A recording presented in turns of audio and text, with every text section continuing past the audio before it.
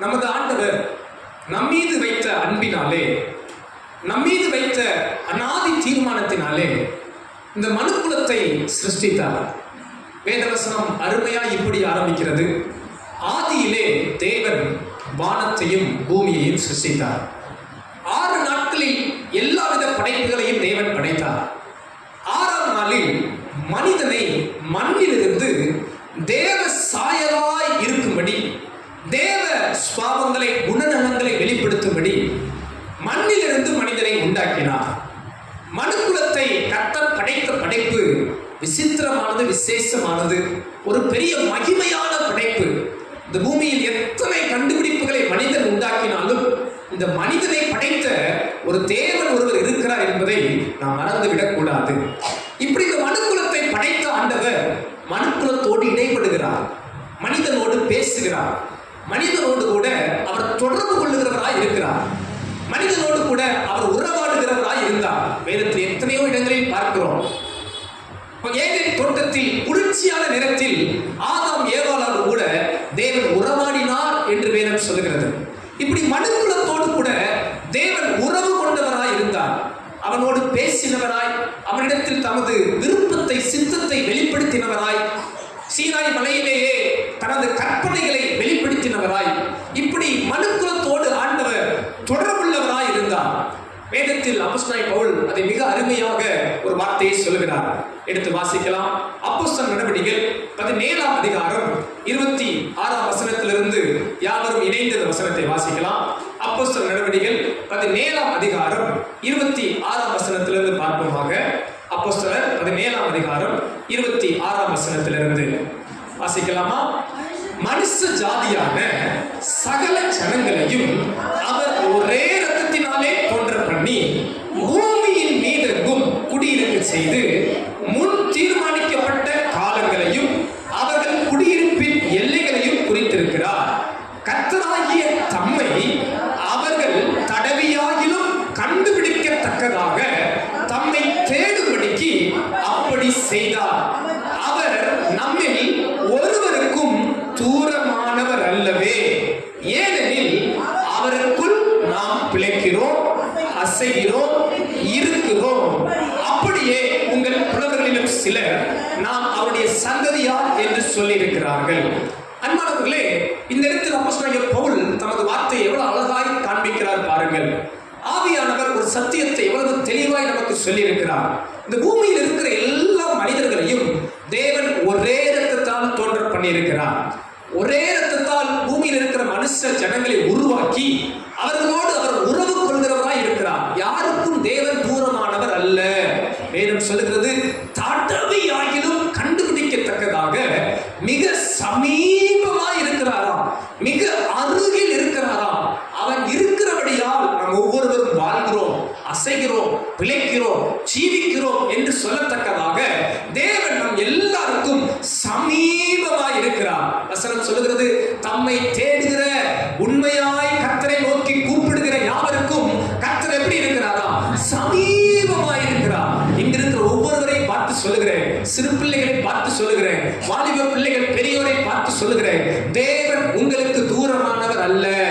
இயேசு உங்களுக்கு தூரமாய் அல்ல, இயேசு உங்கள் அருகாமையில் இருக்கிறார், உங்கள் சமீபமாய் இருக்கிறார், உங்களுக்குள் இருப்பேன் என்று வாக்கு கொடுத்திருக்கிறார். அவர் உங்களுக்கு தூரமான ஆண்டவர் அல்ல. எப்படியாகிலும் நீங்கள் அவரை கண்டுபிடிக்கத்தக்க, எப்படியாகிலும் நீங்கள் அவருடைய சத்தத்தை கேட்கத்தக்க, எப்படியாகிலும் நீங்கள் அவரது பிரசன்னத்தால் ஆசீர்வதிக்கப்படத்தக்க அவர் உங்களுக்கு சமீபமாய் இருக்கிறார். கரங்களை உயர்த்தி ஒரு ஆமென் சொல்லலாமா? ஹல்லேலூயா. ஆனால் இந்த காலை நேரத்தில் என்னுடைய செய்தியின் தலைப்பு சங்கீத புஸ்தகம் 35ஆம் சங்கீதம் 22ஆம் வசனத்திலே சங்கீதக்காரன் இப்படி ஒரு மன்றாட்டை வைக்கிறான். யாராவது எடுத்தவர்கள் வாசியுங்கள். சங்கீதம் 35:22. கர்த்தாவே, நீர் அதை கண்டீர், மௌனமாயிராதேயும். ஆண்டவரே, எனக்கு தூரமாகாதேயும். அன்பு தேவ பிள்ளைகளே, கடந்த ஒரு சில நிமிடங்கள் உங்களோடு கூட சில வார்த்தைகளை சொன்னேன். தேவன் நம்மை படைத்தார் என்றும் தேவன் நம்மோடு உறவாட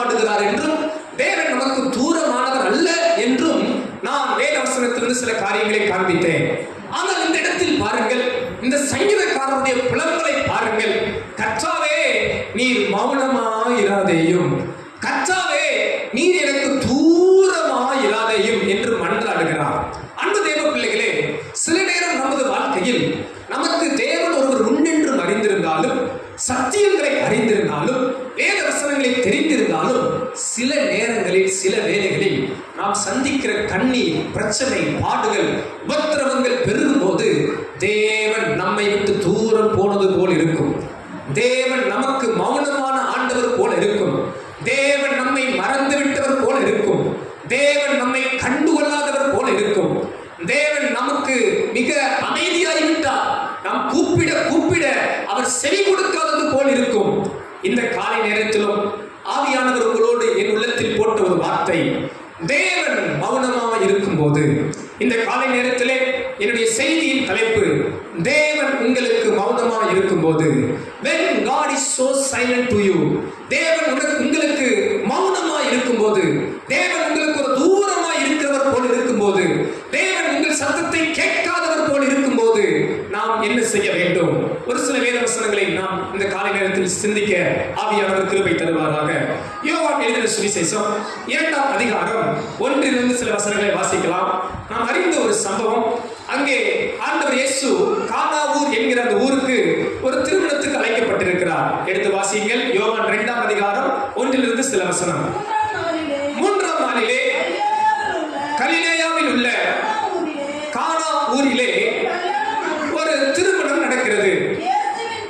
இயேசுவின் தாயும் அங்கே இருக்கிறார்கள். இயேசுவும் அவருடைய சீசரும் அந்த கல்யாண வீட்டுக்கு அழைக்கப்பட்டிருக்கிறார்கள். திராட்சரசம் குறைவுபட்ட போது. அன்பானவர்களே, போதுமானது. இந்த சம்பவத்தை சற்று நீங்கள் நிறுத்தி வாசிக்க உங்களை உற்சாகப்படுத்துகிறேன். இயேசுவும் அவருடைய தாயாரும் அவரோடு கூட அவருடைய சீசர்களும் கூட இந்த திருமண வீட்டுக்கு வருகிறார்கள். கலிலேயாவில் உள்ள கானா என்கிற ஊரிலே இந்த திருமணம் நடக்கிறது. இந்த திருமண வீட்டிலே சகல உறவுக்காரர்கள் வந்திருக்கிறார்கள். இயேசுவின் தாயும் இயேசுவும் கூட அந்த வீட்டாருக்கு சொந்தக்காரராக இருக்கக்கூடும் என்று சில வேத பண்டிதர்கள் கணக்கிடுகிறார்கள். இப்படி இயேசுவும் சீசர்களும் கூட அந்த திருமண வீட்டிற்கு வந்திருக்கிறார்கள். நன்றாக திருமணங்கள் நடக்கிறது, நிகழ்ச்சிகள் நடக்கிறது, விருந்துகள் நடக்கிறது.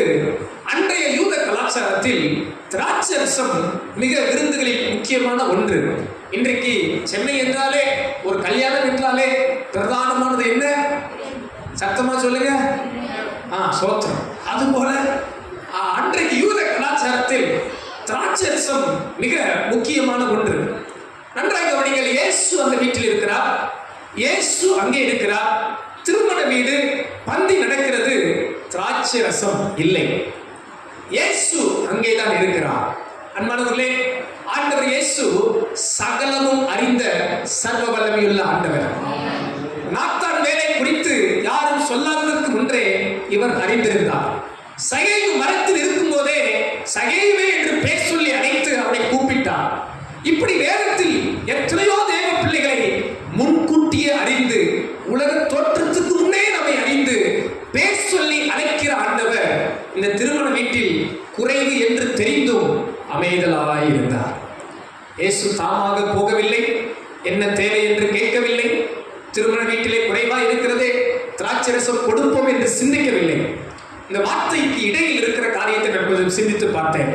3ஆம் வசனம், திராட்சரசம் குறைவுபட்ட போது அவர் தாய் மரியாள் தான் வந்து சொல்ல போகிறார். அதுக்கு இடைப்பட்ட சம்பவத்தை நான் சிந்திக்கிறேன். இயேசு அங்கே அமைதலாய் இருந்தார். திராட்சரசம் குறைவுபட்டு விட்டது, அநேகருக்கு பரிமாறப்படவில்லை. ஆங்காங்கே சுற்றி திரிகிறார்கள். என்ன செய்யலாம், எங்கிருந்து கொள்ளலாம், எங்கே போய் வாங்கலாம் என்று தடுமாறுகிற நேரம், கலங்குகிற நேரம், தடுமாற்றத்தின் வேலை. ஆனால் இயேசுவோ மௌனமாய் இருக்கிறார், அமைதியாய் இருக்கிறார். அந்த தேவ பிள்ளைகளே, சில நேரங்களில் நமது வாழ்க்கையில் தடுமாற்றங்கள், குறைவுகள், போராட்டங்கள் வரும்போது ஆண்டவர் உங்களுக்கு மௌனமாய் இருப்பது போல் இருக்கும். நான் ஆண்டவரை தானே நம்பி இருக்கிறேன், நான் ஆண்டவரை தானே நேசிக்கிறேன், நான் கர்த்தருடைய பிள்ளை அல்லவா, நான் ஆண்டவரை நம்பிதானே வாழ்கிறேன். ஏன் என் வாழ்க்கையில் ஆண்டவர் இறங்கி கிரியை செய்யவில்லை? என்று சொல்லும் அளவுக்கு தேவன் மௌனமா இருப்பது போல, இல்லை ஒரு தூரமா இருப்பது போல உங்களுக்கு தென்படலாம். ஆனால் பாருங்கள், ஆண்டவர் உங்களுக்கு மௌனமா இருக்கும்போது, ஆண்டவர் உங்களுக்கு தூரமா இருப்பது போல் உணரும் போது, நீங்களும் நானும் செய்ய வேண்டிய ஒரு அருமையான காரியம் என்ன தெரியுமா? ஜெபம் பண்ண கற்றுக்கொள்ள கர்த்தர் கிருபை தருவாராக. பாருங்க, இந்த மரியாள் அழகாய் போய் எல்லாரும் பல விதங்களை தேடும் போது, இந்த மரியாள் என்கிற அன்பான அந்த தாயார் ஒரு காரியத்தை கண்டு கொண்டார். நாம் இயேசுவிடத்தில் கேட்க வேண்டும். அன்பு தேவ பிள்ளைகளே, இந்த சத்தியத்தை நாம் அறிந்திருக்கிறோம், இதை குறித்து நாம் தெரிந்திருக்கிறோம். ஆனாலும் பாருங்கள், பல முறை நாம் இதை தவற விடுவோம். நாம் எல்லா இடங்களிலும் தேடி பார்த்து ஆண்டவர் செய்யவில்லையே என்று சொல்லவே ஒழிய கர்த்தரிடத்திலே செய்ய சொல்லும்படி கேட்க மறந்து விடுவோம். அன்பு தேவ பிள்ளைகளே, ஆண்டவர் உங்களுக்கு மௌனமா இருக்கும்போது நீங்கள் இன்னும் அவரை நோக்கி ஜெபிக்க கர்த்தர் உங்களுக்கு கிருபை தருவாராக. தேவன் உங்களுக்கு மௌனமா இருக்கும்போது ஜெபிக்க வேண்டும். Pray more. When God is so silent to you, இன்னும் ஆண்டவர் உங்களுக்கு மௌனமா இருக்கும்போது இன்னும் ஜெபிக்க கர்த்தர் உங்களுக்கு ஒரு கிருபை தருவாராக. எத்தனை பேர் ஆமென் சொல்றீங்க? அல்லேலூயா. வேத புஸ்தகத்திலே தேவன் என்ற வார்த்தை பயன்படுத்தப்படாத எபிரேய மொழிபெயர்ப்புகளில் இருந்து தேவன் என்ற வார்த்தை பயன்படுத்தப்படாத சில புத்தகங்கள் உண்டு. அதில் ஒரு புத்தகம் எஸ்தர் புத்தகம். அருமையான ஒரு சம்பவம். ஆனால் அந்த புஸ்தகத்திலே தேவன் என்ற வார்த்தையை பயன்படுத்தப்படவில்லை. ஆனால் அதில் ஒவ்வொரு பக்கங்களிலும் தேவனுடைய இடைப்படுதல், தேவனுடைய நடத்துதலை பார்க்கலாம். அங்கே பாருங்கள், மொத்த யூத குலத்துக்கும் பெரிய பிரச்சனை. மொத்த யூத குலத்தையும் ஆமான் அழிக்க திட்டமிடுகிறான். மொர்தெகாய் கலங்கி வந்து எஸ்தரிடத்தில் சொல்லுகிறான், எப்படி ஆயினும் ராஜாவை போய் சந்தி, ராஜ அரண்மனைக்கு போய் ராஜாவினிடத்திலே சொல்லி ஒரு நீதியை கேள் என்று சொல்லும்போது எஸ்தர் ராஜாத்தி கலங்குகிறார். ராஜாவை அழைக்காமல் போய் சந்திக்க முடியாது, ராஜா கூப்பிட்டாலேயே நாம் போய் பார்க்க முடியாது. ஆனால் ஒன்று செய்வோம், இந்த நெருக்கத்திலே, இந்த கஷ்டத்திலே, தேவன் அமைதியா இருக்கிற சூழல் போல் இருக்கிற இந்த சூழலிலே ஒன்று செய்வோம். எஸ்தர் புஸ்தகம் 4ஆம் அதிகாரம் 15-16 வசனம் இப்படியாக சொல்கிறது. எஸ்தர் புஸ்தகம் 4ஆம் அதிகாரம் 15-16 வசனம். அப்பொழுது எஸ்தர் மொர்தெகாய்க்கு மறுபடியும் சொல்ல சொன்னது, நீங்கள் போய் சூசானில் இருக்கிற யூதர்கள் எல்லாரும் கூடி வர செய்து 3 நாள் அல்லும் பகலும் புசியாமலும் குடியாமலும் இருந்து எனக்காக உபவாசம் பண்ணுங்கள், நானும் என் தாதிமாரும் உபவாசம் பண்ணுவோம். இவ்விதமாய் நான் செத்தாலும் சாகிறேன் என்கிறார். ஒரு ஆமென் சொல்லலாமா? அல்லேலூயா. இந்த அன்பான சகோதரி, பெரிய நெருக்கம், மொத்த ஜனமும் அழிகிற நேரம், எல்லாம் அமைதியா இருக்கிற நேரம், தேவன் மௌனமா இருக்கிறாரோ என்று கலங்குகிற சூழல், ஒரு காரியம் செய்கிறார். இப்போது நான் ஜெபிக்கட்டும், இப்பொழுது நான் உபவாசிக்கட்டும், இப்பொழுது நான் கர்த்தரை தேடட்டும், என் தேவன் எனக்கு செவி கொடுப்பாராக. அன்பு தேவ பிள்ளைகளே, உங்கள் வாழ்வில் தேவன் உங்களுக்கு மௌனமா இருக்கிறது போல் இருக்கிறதா? உங்கள் குடும்பத்தில் இருக்கிற நெருக்கங்கள், கண்ணீர்கள், போராட்டத்தின் நடுவே தேவன் உங்களுக்கு பதில் கொடாதது போல் இருக்கிறதா? இன்னும் செபிக்க ஆவியானவர் உங்களுக்கு ஒரு கிருபை தருவாராக. இந்த எஸ்தர் ராஜாத்தி போல இப்பொழுது நான் உபவாசித்து ஜெபிக்கட்டும் என்று ஜெபிக்கிற கிருபையை தேவன் தருவாராக. அன்றைக்கு மரியாள் இயேசுவிடத்தில் போய் இவர்களுக்கு திராட்சரசம் இல்லை என்று கேட்டது போல நீங்கள் தேவ சமூகத்திலே போராடி ஜெபிக்க ஆண்டவர் உங்களை உற்சாகப்படுத்துவாராக. அப்பொழுது அந்த குறைவுகள் நிறைவாகும், காரியம் மாறுதலாய் முடியும். உங்களுடைய மௌனத்தின் சூழலை கர்த்தர் மாற்றி உங்கள் வாழ்வில் தேவன் ஒரு அற்புதங்களை, அதிசயங்களை நிச்சயம் செய்வார். கரங்களை அசைத்து ஆமென் சொல்லலாமா? சில நேரம் பாருங்கள், நாம் சொல்லுவோம், எனக்கு என்ன செய்யணும்னே தெரியல. அப்படி யாராவது சொல்லியிருக்கிறீங்களா? சில கஷ்டங்களில, சில போராட்டங்களில, சில நெருக்கத்தில் எனக்கு என்ன செய்யணும்னே தெரியல, I don't know what to to அப்படின்னு நீங்கள் அப்படிப்பட்ட சூழல் போயிருக்கிறீங்களா? ஆமாம், அப்படிப்பட்ட நேரம் வந்திருக்கிறீங்களா? நான் தாழ்மையாக சொல்கிறேன், உங்களுக்கு என்ன செய்யணும்னே தெரியலன்னு ஒரு நேரம் வந்தால் இந்த வார்த்தையை மறந்துடாதீங்க. உங்களுக்கு என்ன செய்யணும்னே தெரியலையா? ஜெபம் பண்ணுங்க. உங்களுக்கு என்ன செய்யணும்னே தெரியல, எப்படி முடிவெடுக்கிறேனே தெரியல, என்ன பண்ணணும்னே தெரியல, குழப்பத்தில் இருக்கிறேன், தடுமாற்றத்தில் இருக்கிறேன், தேவையில் இருக்கிறேன், கண்ணீரில் இருக்கிறேன், என்ன செய்யணுமே தெரியல. சிம்பிள், ஜெபம் பண்ணுங்க. உங்களுக்கு தெரியல வாட் டு டூ அப்படின்னு நினைக்கிறீங்களா? Just pray. கொஞ்சம் ஜெபம் பண்ணி பாருங்க. கர்த்தர் உங்கள் வாழ்க்கையில் பெரிய காரியங்களை செய்வார். தேவன் மௌனமாக இருக்கிற தேவன் அல்ல, அவர் உங்களுக்காக இறங்கி கிரியை செய்ய அவர் வல்லமை உள்ளவராக இருக்கிறார். கரங்களை சேர்த்து ஆமென் சொல்லலாமா? அல்லேலூயா. ஒரு முறை ஒரு போதகரிடத்தில் ஒருவர் வந்து கேட்டார், பாஸ்டர் என்ன நீங்கள் நல்லா ஜெபம் பண்ணிட்டே இருக்கிறீங்க, அது இது ஜெபம் பண்ணுறீங்க, தேசம் ஜெபம் பண்ணுறீங்க, பட்டணம் ஜெபம் பண்ணுறீங்க, அவருக்கு இவருக்கு யாருக்கோ ஜெபம் பண்ணுறீங்க, உங்கள் எல்லா ஜெபமும் கேட்கப்படுதா பாஸ்டர் அப்படின்னு கேட்டார் அந்த வாலிபர். அதுக்கு இந்த பாஸ்டர் அந்த வாலிபரை பார்த்து சிரிச்சுக்கிட்டே சொன்னாரா, என்னை ஜெபிக்கணும்னு ஆண்டவர் சொல்லியிருக்கிறாரு, ஜெபிக்கிறது ஏன் வேலை, பதில் தரது அவர் வேலை. அதனால நான் என்ன பண்றேன்னா என் கடமையை செய்யறேன், என் ஆண்டவர் அவர் கடமையை நிச்சயம் செய்வார். எத்தனை பேர் புரிஞ்சுக்கிட்டீங்க? அந்த தேவ பிள்ளைகளே, உங்க வாழ்க்கையில தேவன் உங்களுக்கு மௌனமாய் தோன்றுகிற நேரம், உங்களுக்கு தூரமாய் காணப்படுகிற நேரம், பிரச்சனைகளும் தடுமாற்றங்களும் குழப்பங்களும் சூழ்ந்திருக்கிற நேரம், ஒன்று செய்யுங்க, ஜெபம் பண்ணுங்க. கர்த்தர் காரியங்களை மாறுதலாய் முடிய பண்ணுவார். உங்க வாழ்வில் மகிமையான காரியங்களை செய்வார். உங்க வாழ்வில் மேன்மையான காரியங்களை நடப்பிப்பார். நம் தேவன் யாருக்கும் தூரமானவர் அல்லவே. ஹல்லேலூயா. இரண்டாவது ஒரு காரியம், தேவன் மௌனமாய் இருக்கும்போது மத்தேயு எழுதின சுவிசேஷம் 15ஆம் அதிகாரம் 21ஆம் வசனத்திலிருந்து சில காரியங்களை பார்க்கலாம். மத்தேயு எழுதின சுவிசேஷம் 15ஆம் அதிகாரம் 21ஆம் வசனத்திலிருந்து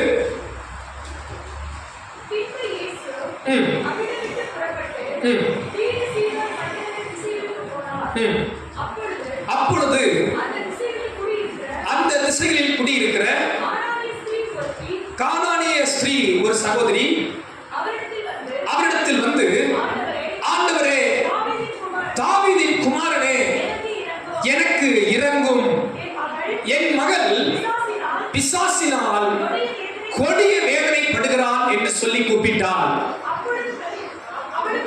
அவளுக்கு பிரதியுத்தரமாக அவர் ஒரு வார்த்தையும் சொல்லவில்லை.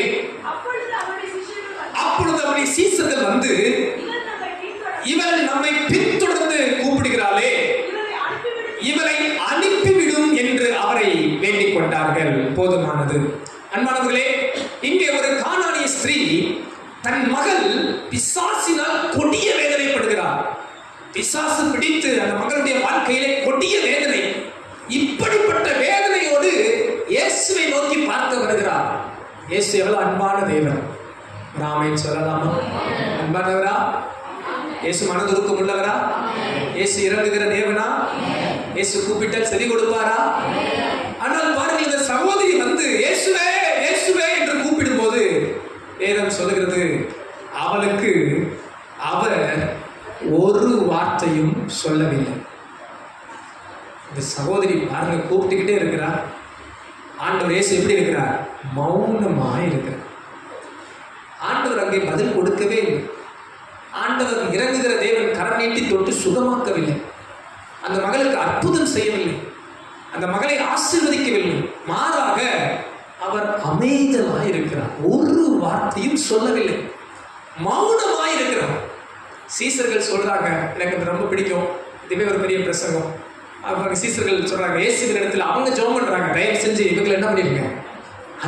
சீசர்கள் வேண்டிக் கொண்டார்களாம், இப்ப பின்னாடியே வரலாம் ஆண்டவரே, எங்க போனாலும் பின்னாடியே வந்து ஜெபம் நம்மகிட்ட கேட்டுட்டே இருக்கிற அந்த சகோதரி, தயவு செஞ்சு அந்த சகோதரி என்ன பண்ணிருங்க, அனுப்பிடும் என்று சொன்னார்கள்.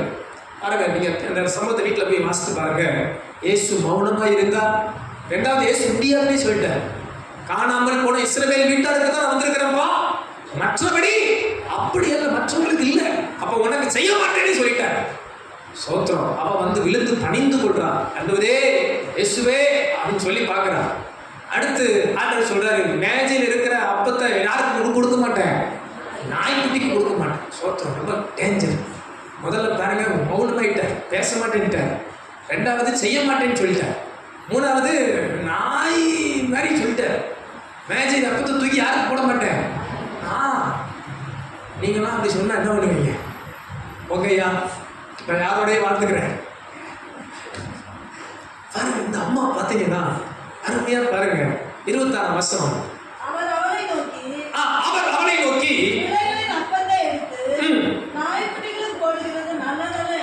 27ஆம் வசனம் பாருங்களேன். அதற்கு அந்த சொல்லுகிறார், மெய்தான் ஆண்டவரே, நீ சொன்னதெல்லாம் உண்மைதான் ஆண்டவரே. ஆகிலும் நாய்க்குட்டிகள் தங்கள் மேஜைகளின் மேலிருந்து விழும் துணிக்கைகளை தின்னுமே என்றார். கரமையற்றாமை சொல்லலாமா? அன்பானவர்களே, இந்த சகோதரி குளிர்ந்த விசுவாசத்தை பாருங்கள். ஆண்டவரே, நீ சொன்னதில் எந்த மாற்று கருத்தும் இல்லை. ஆனாலும் நாய்க்குட்டிகள் மேஜையிலிருந்து விழுகிற துணிக்கையை திங்கும் அல்லவா என்ற விசுவாச வார்த்தையை சொன்னபோது ஆண்டவருடைய உள்ளத்தை பாருங்கள்.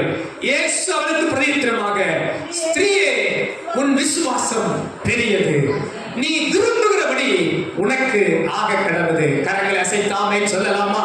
அன்றைக்கு அந்த கானானிய ஸ்திரீ இயேசு மௌனமா இருந்தபோது செய்த காரியம், அவள் விசுவாசத்தை காத்துக் கொண்டாள். கடைசி வரை விடவில்லை. இயேசுவை விசுவாசித்து பின்னிட்டு போனாள். எத்தனை தடைகள் வந்த போதும் இயேசுவிடத்திலே சொன்னாள், ஆண்டவரே, அந்த துணிக்கையாவது எனக்கு கிடைக்கட்டுமே. ஆண்டவர் இயேசு அந்த விசுவாசத்தை பார்த்து சொன்னார், ஸ்திரீயே, உன் விசுவாசம் பெரியது, நீ விரும்புகிறபடி உனக்கு ஆக கடவுது. அன்பான தேவ ஜனமே, பிரச்சனைகளும் போராட்டங்களும் கண்ணீரும் இயேசு உங்கள் வாழ்வில் மௌனமாய் இருக்கிற சூழல் வந்தாலும் உங்கள் விசுவாசம் பெரியதா இருக்குமானால் நீங்கள் விரும்புகிற அற்புதத்தை ஆண்டவரிடத்திலிருந்து பெற்றுக்கொள்ள முடியும். உங்கள் விசுவாசம் கர்த்தர் மேல் வைராக்கியமா இருக்குமானால் தேவன் உங்கள் வாழ்வில் பெரிய காரியங்களை செய்ய வல்லமையுள்ளவராக இருக்கிறார். இயேசுவும் அவருடைய சீசர்களும் கடலிலே கப்பலில் போகும்போது இயேசு அயர்ந்த நித்திரையா இருந்தார். பெரும் காற்று வீசுகிறது, கடல் கொந்தளிக்கிறது, படகுகள் மூழ்குகிற நேரம். மத்தேயு எழுதின சுவிசேஷம் 8ஆம் அதிகாரம் 23ஆம் வசனங்களில் இதை வாசிக்கிறோம். எல்லாரும் கலங்குகிறார்கள், சீசர்கள் கலங்குகிறார்கள், படகு மூழ்குகிற ஒரு நேரம். எல்லாரும் ஆண்டவரை எழுப்புகிறார்கள், ஐயரே, நாங்கள் மடிந்து போகிறோம் என்று கலங்குகிற நேரம். 8ஆம் அதிகாரம் 25ஆம் வசனத்தை வாசியுங்கள். அப்பொழுது அவருடைய சீசர்கள் அவரை எழுப்பி, ஆண்டவரே, எங்களை ரட்சியும், மடிந்து போகிறோம் என்றார்கள். அல்லேலூயா. கடலும் காற்றும் கொந்தளிக்கிற நேரம் இயேசு நித்திரையாக இருந்தார். சில நேரம் உங்க வாழ்க்கையில பிரச்சனைகள் போராட்டங்கள் பெருகுகிற நேரம் ஆண்டவர் மௌனமாய், ஏன் நித்திரையாய் இருக்கிறது போல இருக்கும். ஆண்டவர் இருக்கிறாரா இல்லையா?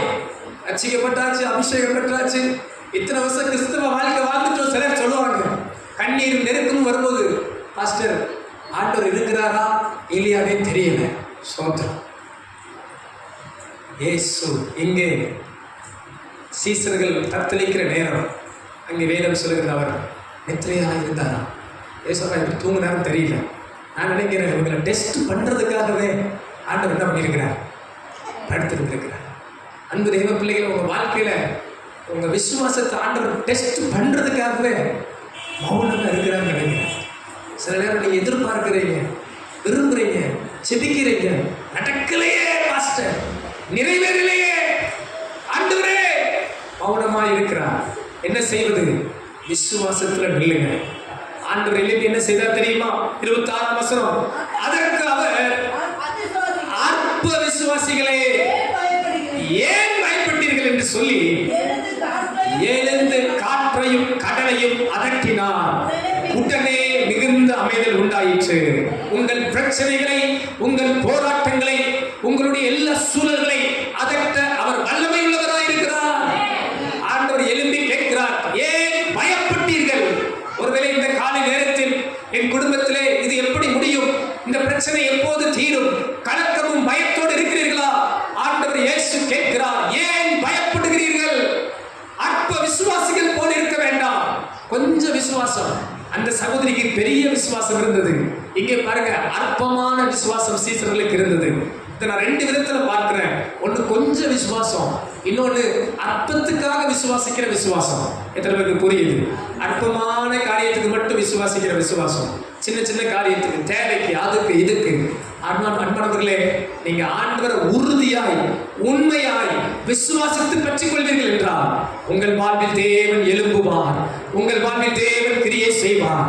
நெருக்கம் வந்தாலும், பாடுகள் வந்தாலும், உபத்திரவங்கள் வந்தாலும், கஷ்டங்கள் வந்தாலும், எத்தனையோ சோதனைகள் வந்தாலும் என் விசுவாசத்தை காத்துக்கொண்டு நான் முன் செல்வேன். எத்தனை பேர் அப்படி சொல்ல முடியும்? கிறிஸ்துவின் பின்னே போக துணிந்த நான் பின்னோக்க மாட்டேன்.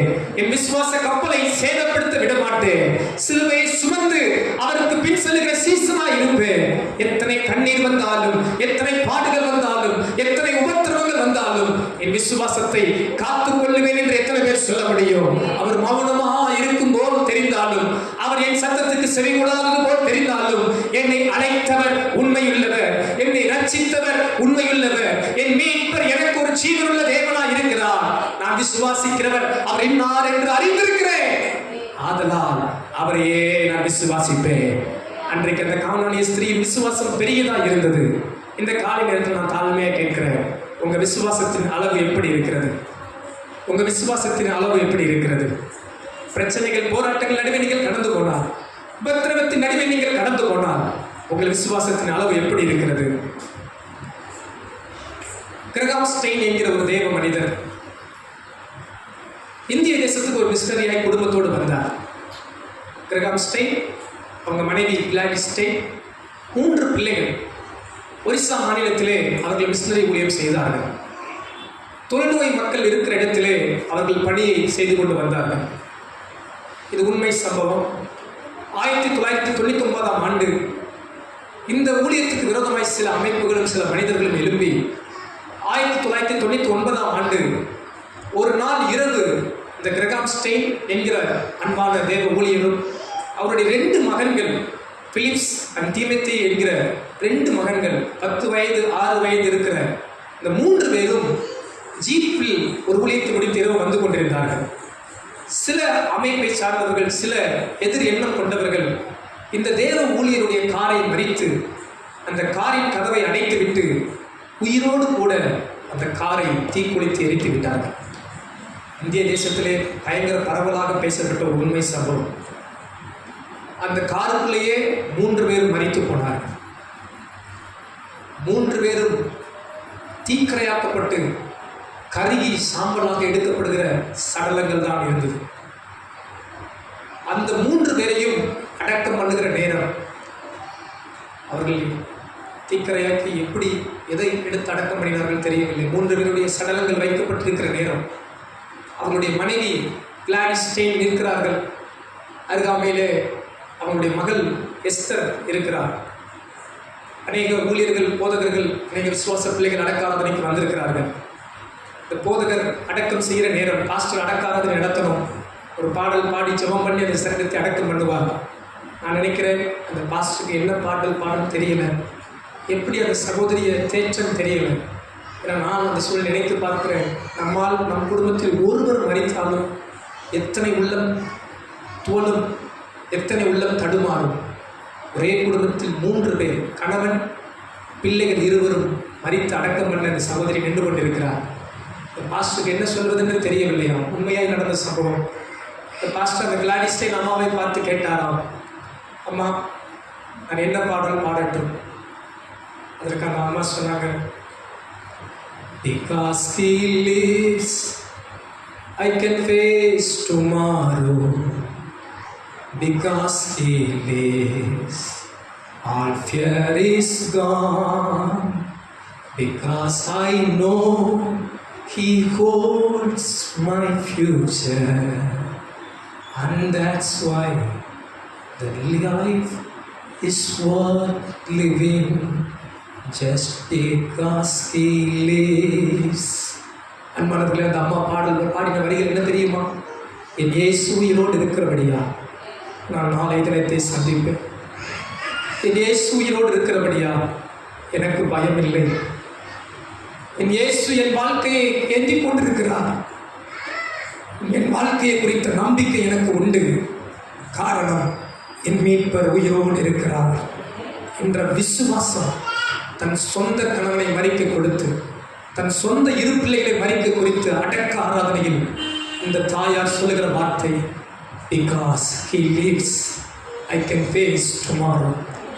நான் இன்னும் அவரை விசுவாசிக்கிறேன், அவர் என்னோடு இருக்கிறபடியா நான் நாளை தின போராட்டத்தையும் சந்திப்பேன் என்று அந்த அம்மா சொன்னார்கள்.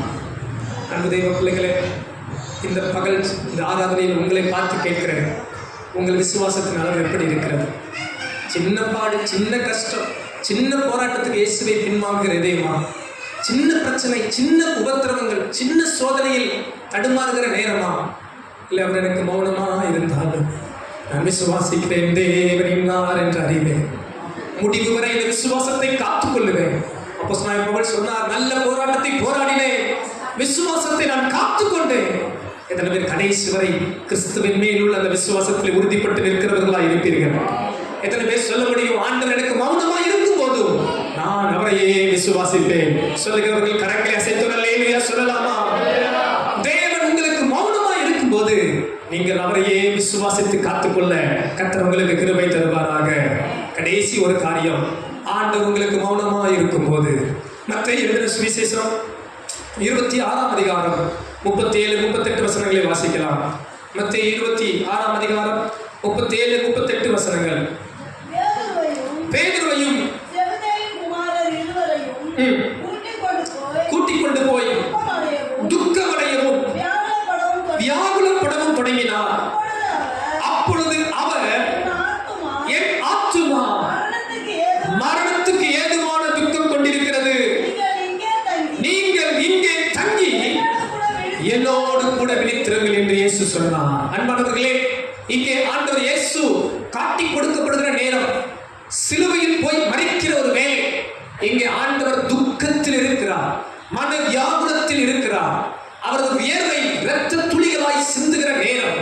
சிலுவையில் இயேசு அழகாய் சொன்னார், என் தேவனே, என் தேவனே, ஏன் என்னை கைவிட்டீர்? மொத்த மனுக்குலத்தின் பாவத்தை சுமந்து தீர்க்கும்படி இவரே கிருபாதார பலியாய், இவரே ஜீவ பலியாய் மொத்த மனுக்குலத்துக்காக மரித்தார். அன்பு தேவ பிள்ளைகளே, நீங்கள் ஏன் இயேசுவை விசுவாசிக்க வேண்டும் தெரியுமா? அவர் ஒருவரே உங்களுக்கு வழியும் சத்தியும் ஜீவனுமா இருக்கிறார். நீங்கள் ஏன் இயேசுவை விசுவாசிக்கிற விசுவாசத்தில் நிலைத்திருக்க வேண்டும் தெரியுமா? அவரை அன்றி வேறே வழி இல்லை, அவரை அன்றி வேறே நாமம் இல்லை. இம்மையின் முடிவு நித்தியத்தின் பாதையில் செல்ல இயேசு ஒருவரே வாசலாய் இருக்கிறார். அவரை விசுவாசிக்கிற விசுவாசம் உங்களுக்கு நித்திய ஜீவனை கொடுக்கும். இந்த பலி சாதாரணமானது அல்ல. நாம் எளிமையாய் விசுவாசித்து விட்டோம், ஆனால் அவர் நமக்காக செய்த விலைக்கிரயம் சாதாரணமானது அல்ல. தமது ஜீவனையே தந்தார், முழு ரத்தத்தையும் சிந்தினார், சரீரங்கள் பிக்கப்பட்டது. சிலுவையில் தொங்குகிற வேளை பிதா தன்னை கைவிட்டார் என்று கலங்கி தடுமாறுகிற நேரம், ஓ மொத்த மனுக்குல பாவத்தையும் அவரே சுமந்து கிருபாதார பலியானார். ஆனால் பாருங்கள், இப்படி அவர் தனித்து விடப்படுகிற நேரம், பிதாவுக்கும் அவருக்கும் உறவு துண்டிக்கப்படுகிற நேரங்கள் வரும்போது கூட அவர் செய்த காரியம் என்ன தெரியுமா? 39ஆம் வசனம் சொல்லுகிறது, சற்று அப்புறம் போய் முகக்குப்புற விழுந்து, என் பிதாவே, இந்த பாத்திரம் என்னை விட்டு நீங்க கூடுமானால் நீங்கும்படி செய்யும், ஆகிலும் என் சித்தத்தின்படி அல்ல, உம்முடைய சித்தத்தின்படியே ஆக கடவுது என்றார். கரங்களை அசைத்து ஆமென் சொல்லலாமா? அன்பு தெய்வ பிள்ளைகளே, தேவன் உங்கள் வாழ்வில் மௌனமாய் இருக்கும் போது, தேவன் உங்கள் வாழ்வில் உங்களை விட்டு தூரம் இருக்கிறவராய் காணப்படும் போது, நீங்களும் நானும் செய்ய வேண்டிய ஒன்று என்ன தெரியுமா? தேவ சித்தத்துக்கு உங்களை ஒப்பு கொடுக்க மறந்து விடாதீர்கள். Surrender your life to God. முழுவதுமாய், என் விருப்பப்படி அல்ல, ஏதோ நான் விரும்புகிறபடி அல்ல. ஆண்டவர் இயேசு சிலுவையிலே சுமக்கிற நேரம் வந்தாலும் என் தேவ சித்தத்துக்கே என்னை ஒப்பு கொடுப்பேன். நான் தனித்து விடப்படுகிற நேரம் வந்தாலும், சிலுவையிலே நான் தனித்து தொங்கப்படுகிற சூழல் வந்தாலும், என் பிதா என்னை அனுப்பின நோக்கம் எதுவோ, என் பிதா என்னை அனுப்பின சித்தம் எதுவோ அதை நிறைவேற்றவே நான் வாஞ்சிப்பேன் என்று தேவ சித்தத்துக்கு தன்னை ஒப்பு கொடுத்தார். அவர் காட்டி கொடுக்கப்பட்டாலும், அவர் குற்றம் சாட்டப்பட்டாலும், அவர் அடிக்கப்பட்டாலும், அவர் கொலை செய்யப்பட்டாலும், ஒரு வாய்த்திரவா ஆட்டுக்குட்டியை போல பரிபூரணமாய் தேவ சித்தத்துக்கு ஒப்பு கொடுத்தார். அன்பு தேவ பிள்ளைகளே, உங்கள் வாழ்வில் உபத்திரவங்களும் நெருக்கங்களும் பாடுகளும் வரும்போது, நீங்கள் இப்படிப்பட்ட சோதனையின் சூழலில் போகும்போது, முழுவதுமாய் தேவ சித்தத்துக்கு உங்களை அர்ப்பணிக்கிறீர்களா? முழுவதுமாய் கர்த்தருடைய சித்தத்துக்கு உங்களை தருகிறீர்களா? இல்லை என் விருப்பம் என்று ஓடிவிடுகிறீர்களா? நீங்கள் தேவ சித்தத்துக்கு உங்களை ஒப்பு கொடுத்து பாருங்கள். பிதா இயேசுவை மீண்டும் எழுப்பி அவரை உயர்த்தினது போல உங்களை ஆண்டவர் உயர்த்த வல்லவராய் இருக்கிறார். ஹல்லேலூயா. நான் என்னுடைய கல்லூரி படிப்பை முடித்து கொஞ்ச நாள் நான் சபையில் இருந்தேன். நான் டிப்ளமோ நர்சிங் முடித்திருந்தேன். அப்ப முடித்த கொஞ்சம் சில நாட்கள் நான் சபையிலே ஊழியத்தில் இருந்த நாட்கள், சபையிலே எனக்கு ஊழிய ஆர்வமும் இருந்தது. முழுவதுமாக நான் ஊழியத்துக்கு ஒப்புக் கொடுக்கவில்லை. நான் 10வது படிக்கும் போதே ஆண்டு ஊழியத்துக்கு அழைத்ததை நான் தினசாட்சியாய் அறிந்திருந்தேன், தெரிந்திருந்தேன். பல காரணங்கள் நான் ஊழியத்துக்கு வராதது இருந்தது. பல சவால்கள் நான் விட்டேன். அநேகருக்கு நான் ஊழியத்துக்கே வரமாட்டேன் என்று பல காரணங்கள் உண்டு. நேரம் அதிகமாயிடுச்சு, கத்தர் சித்தமான இன்னொரு நாள் சொல்கிறேன். அப்படி நான் கல்லூரி படிப்பு முடித்து சில காலங்கள் இருந்தபோது எனக்கு ஒரு கவர்மெண்ட் வேலைக்கான ஒரு தருணம், மிலிட்ரியில் ஒரு இந்த மெடிக்கல் துறை சார்ந்த ஒரு வேலை, ஒரு வாய்ப்பு எனக்கு அழைப்பு வந்தனையும் லெட்டர் வந்து நான் போய் ரிட்டன் எக்ஸாம் எழுதுனா நான் போயிடலாம். அப்போ நான் என்ன பண்ணேன்னு தெரியல. நான் வேணா எங்கள் பாஸ்டருக்கு ஃபோன் பண்ணி, பாஸ்டர் நான் இப்படி ஒரு வேலை வருது, நான் போய் செய்யலான்னு இருக்கிறேன், என்னை ஜோம் பண்ணி அனுப்பி வைங்க பாஸ்டர் அப்படின்னு சொன்னேன். எங்கள் பாஸ்டர் கொஞ்சம் பிஸியானவங்க, பெரிய சபையை நடத்தி கொண்டிருந்தார்கள். அப்போ அவர் ஃபோன் எடுத்துகிட்டு என்கிட்ட பேசிட்டு சொன்னார், அப்படியா இல்லைனோ பரவாயில்ல, நீயே ஜோம் பண்ணுப்பா, ஆண்டவர் சொன்னால் போ. என்கிட்ட நீங்கள் யாராவது ஃபோன் பண்ணுறா, நான் இப்படி சொன்னால் எப்படி இருக்கும்? ஜோம் பண்ணி அனுப்புங்க பாஸ்டர் தான் ஜோம் ஃபோன் பண்ணுறேன். அவர் என்கிட்ட என்ன சொன்னார் தெரியுமா? நீயே ஜோம் பண்ணுப்பா, ஆண்டவர் சொன்னால் போட்டேன். என்னண்ணா இப்படி சொல்லிட்டாரு அப்படின்ட்டு ஃபோனை வச்சுட்டு அங்கே இங்கே நடந்தேன். கொஞ்ச நேரம் பார்த்தேன், மறுபடியும் ஃபோன் பண்ணேன். என்னப்பா கேட்டேன். பாஸ்டர் என்ன பாஸ்டர் ஜோம் பண்ணுங்க, அனுப்பி வைங்க. அதான் சொல்லிட்டேன்லப்பா, நீயே ஜோம் பண்ணு, ஆண்டவர் சொன்னால் போ. நான் ஜோம் பண்ணுறேன் அழுதேன், உருண்டேன். 4 நாட்கள் ஜோம் பண்ணேன். ஒரு நடத்துதலும் இல்லை, ஒரு சமாதானமும் இல்லை. போவா வேணும்னு உங்களுக்கு தெரியும். ஜோம் பண்ணுறேன், ஆண்டவருடைய இடைவிடுதல் எனக்கு அப்போ இல்லை. பார்த்துக்கங்க, நான் தெளிவான இல்லை. நான் அப்போ ஜோம் பண்ணும்போது நான் பார்த்தேன், என்னடா ஒரு நேரம் ஜோம் பண்ணிகிட்டு இருக்கிறேன். அப்போ பாருங்கள், நான் அப்போ ஜோம் பண்ணும்போது ஒரு காரியத்தை ஆவியானவர் உணர்த்தினேன். ஏன் சித்தத்துக்கு ஒப்பு கொடுத்து ஜோம் பண்ணிட்டேன். சரி, நான் அவ்வளோ நேரம் ஆண்டவரே போவா வேணாமா ஜோம் பண்ணாலும் கொஞ்ச நேரம் கழிச்சு, ஆண்டவர் உங்கள் சித்திரம் தான் செய்யுங்க, உங்கள் சித்திரம் தான் செய்யுங்கன்னு ஜோம் பண்ணிட்டு தூங்கிட்டேன். பாருங்க, நீ நினைக்கலாம் ஒருவேளை பரிதாபப்படுறீங்களோ, பாஸ்டர் போயிருந்தா நல்ல கவர்மெண்ட் வேலைலாம் போயிருப்பார், நல்லா சம்பாதிச்சிருப்பார் நினைக்கிறீங்களோ? தாழ்மையாக சொல்கிறேன். அந்த நேரத்தில் அந்த அருமையான போதகர் மூலம் ஆண்டு பேசின வார்த்தைக்காக நான் கர்த்தருக்கு நன்றி சொல்கிறேன். அப்போ கேட்க எனக்கு கொஞ்சம் கடினமாக இருந்துச்சு. சில நேரம் இப்போ கூட உங்களுக்கு சில போதகர்கள் சொல்கிற ஆலோசனை கடினமாக தெரியும். எங்களை ஊழியர்கள் உடைத்தார்கள், அதனால் நாங்கள் உருவாகியிருக்கிறோம். உடைக்கப்படாத எந்த பாத்திரமும் உருவாகாது, மிதிக்கப்படாத எந்த களிமண்ணும் சிற்பங்களாக மாறாது. இன்றைக்கி அநேகர் உடைக்கப்பட விரும்புவது அல்ல, உருவாகிறதுக்கு ஒப்பு கொடுக்குற அனுபவம் அநேகருக்கு இல்லை. அநேகர் வாழ்வு நம்மளாக உருவாக்கணும்னு நினைக்கிறாங்க. இல்லை, வாய்ப்பு இல்லை. ஒரு மண் குயவன் கரத்தில் இருக்கும்போது தான் அது உருவாக்கப்படும். அன்பு தெய்வ பிள்ளைகளே, அப்படி நடத்தின பரிசுத்தவான்களுக்காக நான் நன்றி செலுத்துகிறேன். அப்படி உருவாக்கின தெய்வ பிள்ளைகள், தெய்வ மனிதர்களுக்காக நான் நன்றி செலுத்துகிறேன். அன்றைக்கு நான் அப்படி ஒப்பு கொடுத்து ஜெபிச்சதாக தான் இன்னைக்கு கர்த்தர் என்னை கிருபையா இந்த உலகத்தில் எந்த போஸ்டிங்கோ பெருசுன்னு சொல்ல முடியாத கர்த்தருடைய ஊழியன் என்ற ஸ்தானத்தை கிருபையாக கர்த்தர் எனக்கு தந்திருக்கிறார். அதற்காக நான் கர்த்தரை துதிக்கிறேன், ஸ்தோத்திரிக்கிறேன். ஏன் இதை சொல்கிறேன்னா, அந்த இடத்துல எனக்கு தேவன் மௌனமாக இருந்த ஒரு நேரம் இருந்தது. நான் தேவ சித்தத்துக்கு என்னை ஒப்பு கொடுத்தேன். கர்த்தர் என்னை நேர்த்தியாய் வளைந்தார். அன்பு தேவ பிள்ளைகளே, இந்த நாளில் நான் உங்களுக்கு உற்சாகப்படுத்துகிற ஒரு காரியம், உங்களுக்கு ஆண்டவர் மௌனமாய் தெரியும் போது, நீங்கள் நெருக்கத்தின் பாதையில் என்ன செய்வதென்றே தெரியாத போது, என் சித்தத்தின் படி அல்ல, உன்னுடைய சித்தத்தின் படியே ஆக கிடவது என்று கர்த்தர் கரத்தில் ஒப்பு கொடுப்பீர்களானா, உங்களை ஒரு நேர்த்தியான பாத்திரமாய் கர்த்தர் அடைவார். ஒரு சிறப்பான மகிமையான பாத்திரமாய் தேவன் உங்களை உருவாக்குவார். உங்களை கொண்டு தேவன் பெரிய காரியம் செய்வார். அங்கே இருக்கிறவங்கள பார்த்து நான் தாழ்மையாக சொல்கிறேன், உங்களை ஆயிரங்களுக்கு கர்த்தர் பயன்படுத்துவார். உங்களை ஆண்டவர் வலை கொண்டு வந்த நோக்கம் என்ன தெரியுமா?